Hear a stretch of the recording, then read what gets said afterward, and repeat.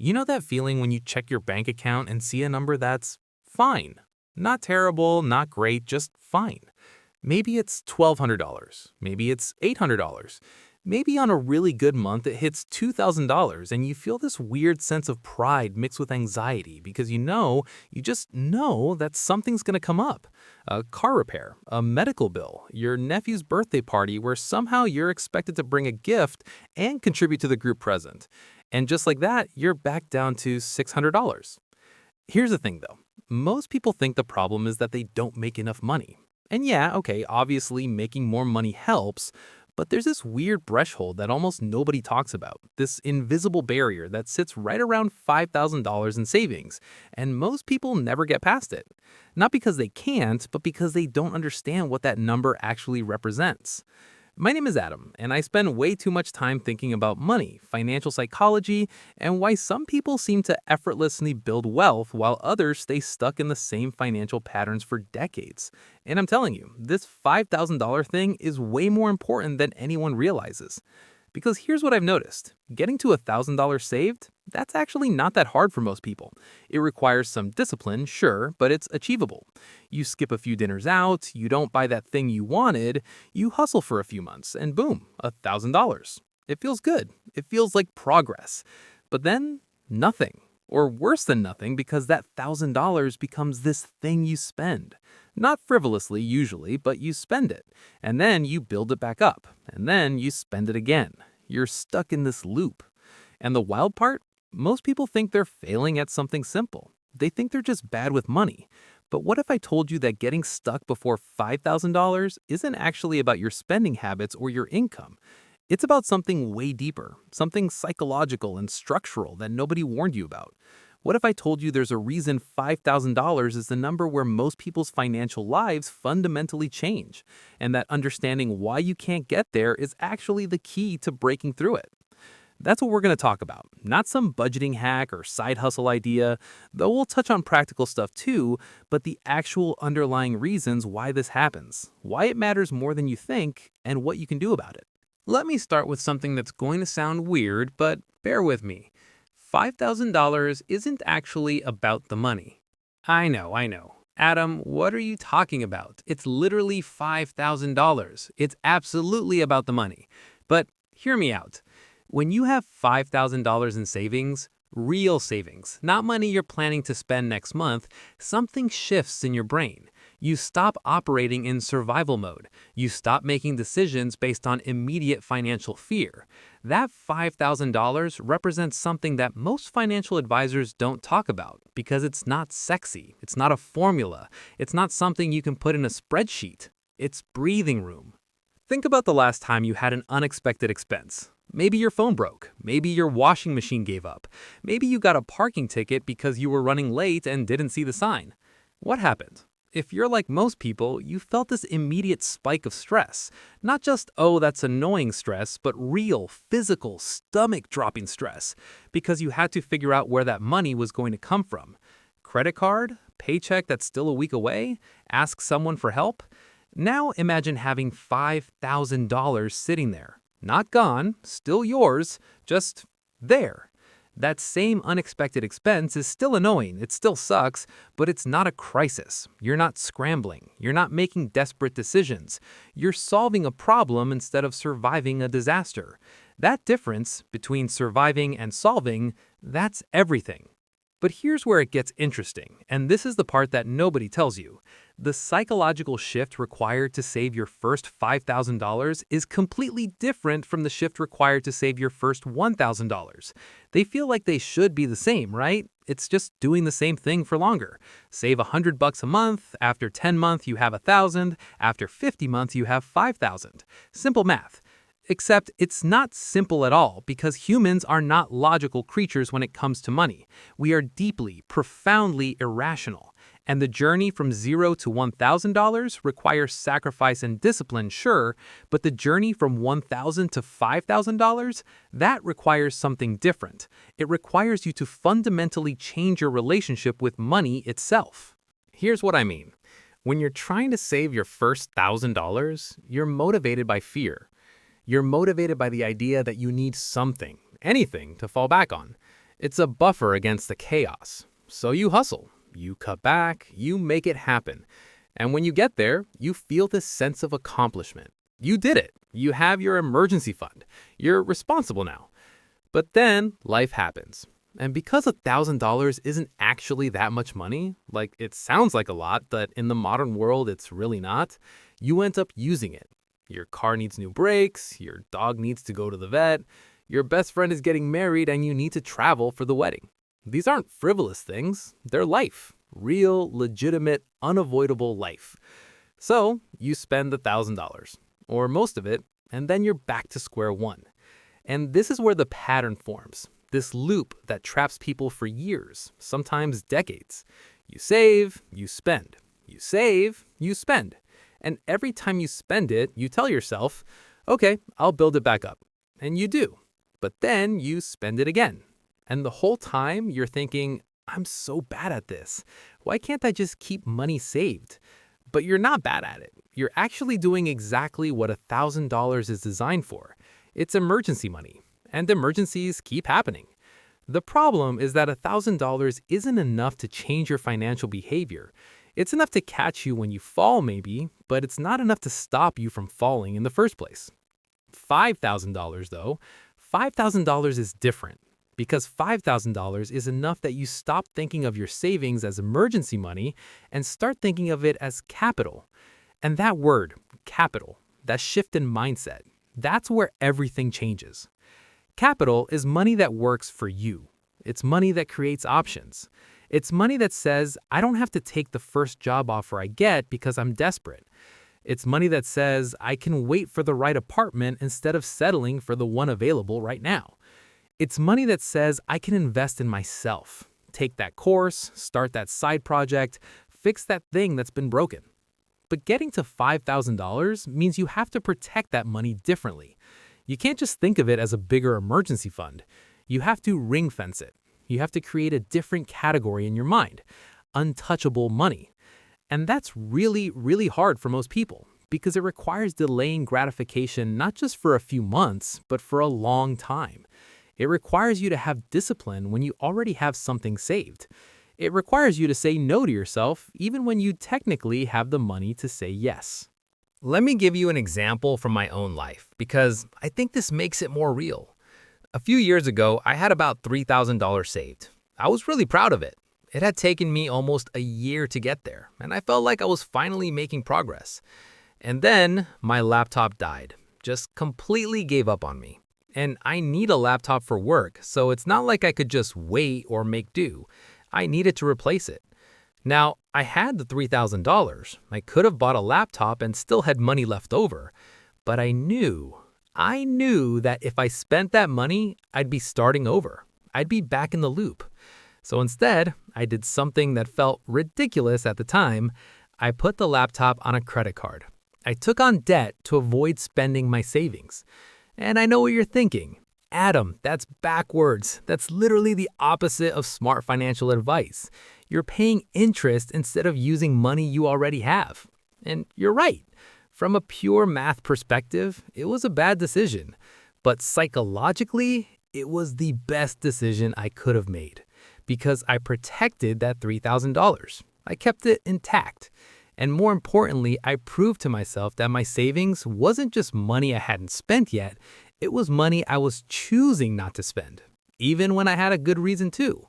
That mindset shift, that's what got me past $5,000. Because once I understood that my savings had a different purpose, once I stopped seeing it as money for emergencies and started seeing it as money for building the life I want, everything changed. I paid off the credit card over the next few months, and I kept saving. And eventually, I hit $5,000, and then $7,000, and then $10,000. And each milestone got easier, not harder, because the psychology had shifted. But okay, let's talk about the practical stuff too, because mindset alone doesn't pay the bills. Why do most people fail to save $5,000? What are the actual concrete barriers? First, lifestyle inflation. This is the silent killer of savings goals, and almost nobody recognizes it happening in real time. Here's how it works. You get a raise. Let's say you're making $40,000 a year, and you get bumped up to $45,000. That's an extra $5,000 a year or about $400 a month before taxes. And in your mind, you think, great, I'll save that extra money. But you don't. Because suddenly you're buying slightly nicer groceries, you're upgrading your phone plan, you're going out to eat one extra time per week because, hey, you can afford it now. You're getting the good coffee instead of making it at home. None of these things feel significant. Each individual decision is tiny, but they add up. And before you know it, that extra $400 a month is gone. You're living exactly the same way you were before the raise, just with slightly nicer stuff. And the insidious part is that it doesn't feel like failure. It feels like success. You're living better. You're enjoying your life more. But you're not actually building wealth. You're just spending more. Second, the emergency fund paradox. Remember what I said earlier about $1,000 not being enough? Here's the flip side. When you're trying to save $5,000, you're going to have multiple emergencies before you get there. That's just statistics. Life happens, things break, unexpected costs arise, and if you're treating your entire savings as one big emergency fund, you're going to dip into it, you're going to drain it, and you're never going to hit that $5,000 mark. The solution? You need two pools of money. You need your immediate emergency fund, that $1,000 buffer that you're allowed to use when things go wrong, and you need your untouchable savings that you're building toward $5,000. Yes, this means you're essentially trying to have $6,000 saved to truly have $5,000 in capital. I know that sounds harder. It is harder, but it's also the only way to break the cycle. Third, lack of automation. I'm serious about this one. If you're trying to manually transfer money to savings every month, you're going to fail. Not because you're lazy or undisciplined, but because willpower is a finite resource. Every single month, you're going to have a reason why this month is different, why you need that money for something else, why you'll save extra next month to make up for it. Automate it. Set up an automatic transfer the day after your paycheck hits. Make it money you never see. Make it money that's gone before you have a chance to spend it. Start small if you need to, $50 a month, $100 a month, but make it automatic because the savings that happen without you thinking about them are the only savings that actually stick. Now, let's talk about something that's going to make some people uncomfortable: the income problem. Because yeah, mindset matters, and yeah, automation helps, but let's be honest, if you're making minimum wage and barely covering rent and groceries, saving $5,000 isn't a mindset issue, it's a math issue. And I think this is where a lot of financial advice falls apart.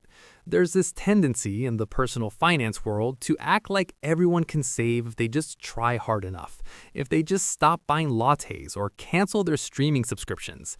And that's, it's not entirely wrong, but it's also kind of insulting because it ignores the structural reality that some people are genuinely not making enough money to save, period. So if that's you, if you're reading this and thinking, Adam, I'm not spending money on stupid stuff, I'm literally just trying to survive, then the advice is different. The advice isn't about saving strategies or mindset shifts. The advice is you need to increase your income. And I know that's easier said than done. I know that just make more money sounds like the most obvious, useless advice in the world, but it's true. Maybe that means asking for a raise. Maybe it means switching jobs. And statistically, that's actually the fastest way to increase your income. People who switch jobs make more than people who stay and wait for raises. Maybe it means developing a skill that pays better. Maybe it means working a side hustle for a while, which sucks. I know it sucks, but sometimes that's what it takes. And here's the thing. Once you increase your income, even a little bit, you have to immediately lock in that increase as savings. Immediately, before lifestyle inflation eats it. Because if you go from $40,000 to $45,000 and you don't automate that extra $400 a month into savings, it will disappear. I promise you. It will vanish into slightly nicer groceries and occasional Ubers and subscriptions you don't really need. There's another piece to this that I think is worth talking about: the psychological weight of having zero savings versus having some savings. When you have nothing saved, every single day feels precarious. You're one broken appliance away from disaster, one medical issue away from debt, one car problem away from missing work. That constant low-level stress, it affects everything. It affects your sleep, it affects your decision-making, it affects your relationships. But when you have even $2,000 or $3,000 saved, that stress drops significantly. Not completely. You're still worried, still aware of how quickly that money could disappear, but the edge is gone. You're not in constant panic mode. And that reduction in stress actually makes you better at saving more because you're not making desperate decisions. You're not buying things to feel better because you're constantly anxious. You're thinking more clearly. This is why I genuinely believe $5,000 is the magic number. It's enough to absorb most emergencies without completely wiping you out. It's enough to give you options. It's enough to fundamentally change how you think about money from scarcity to possibility. But getting there requires you to understand that it's not just a bigger number.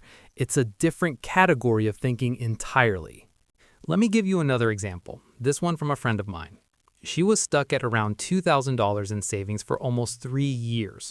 Every time she'd get close to $3,000, something would happen, and she couldn't figure out why she couldn't break through.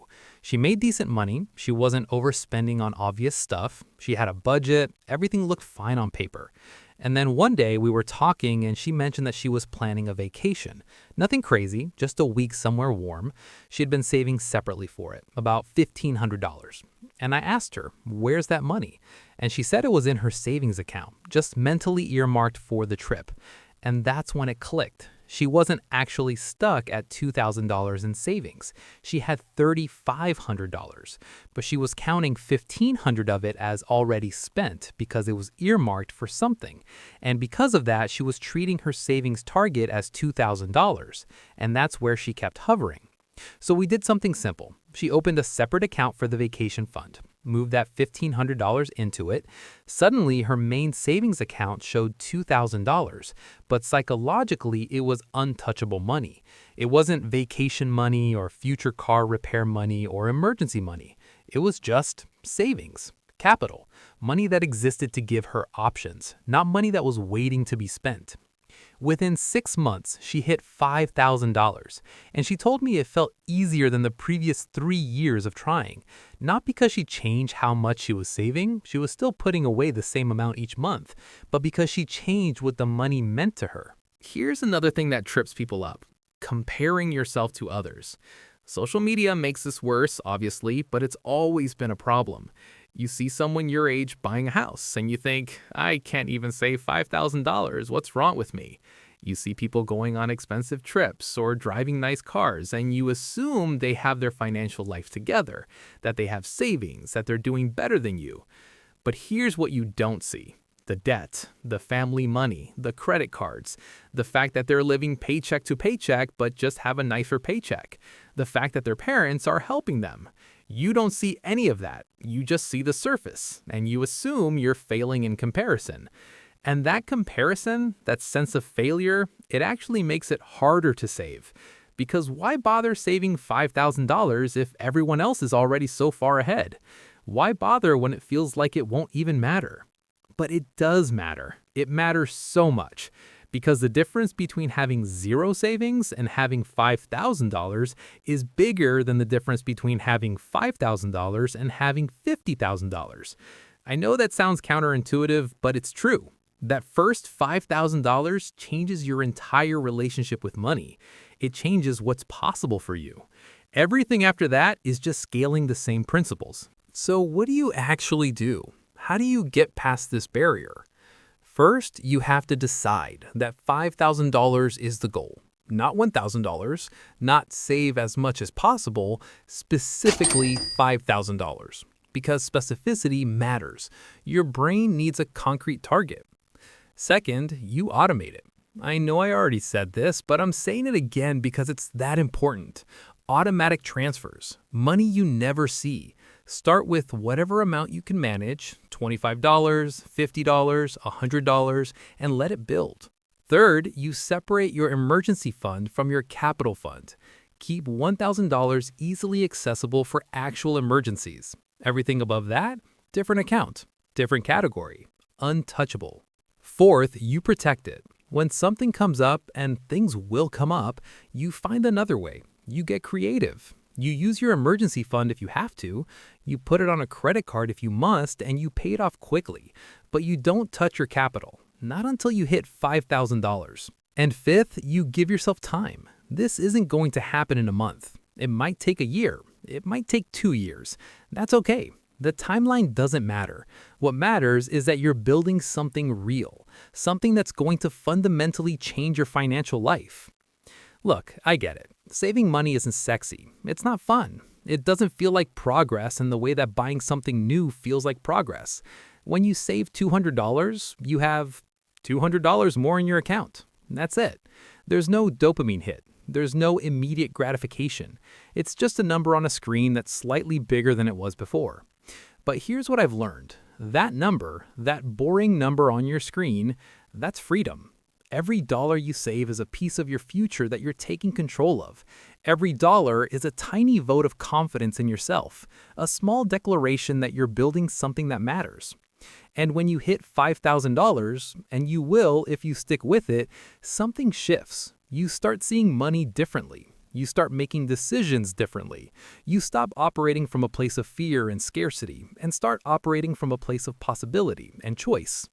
That's what $5,000 represents. Not wealth, it's not enough for that, but it's enough for breathing room. It's enough for options. It's enough to stop the cycle of financial panic and start the process of financial growth.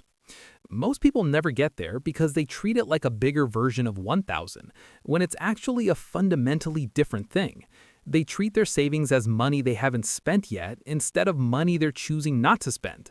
They let lifestyle inflation eat their raises. They don't separate their emergency fund from their capital. They give up when it takes longer than they expected.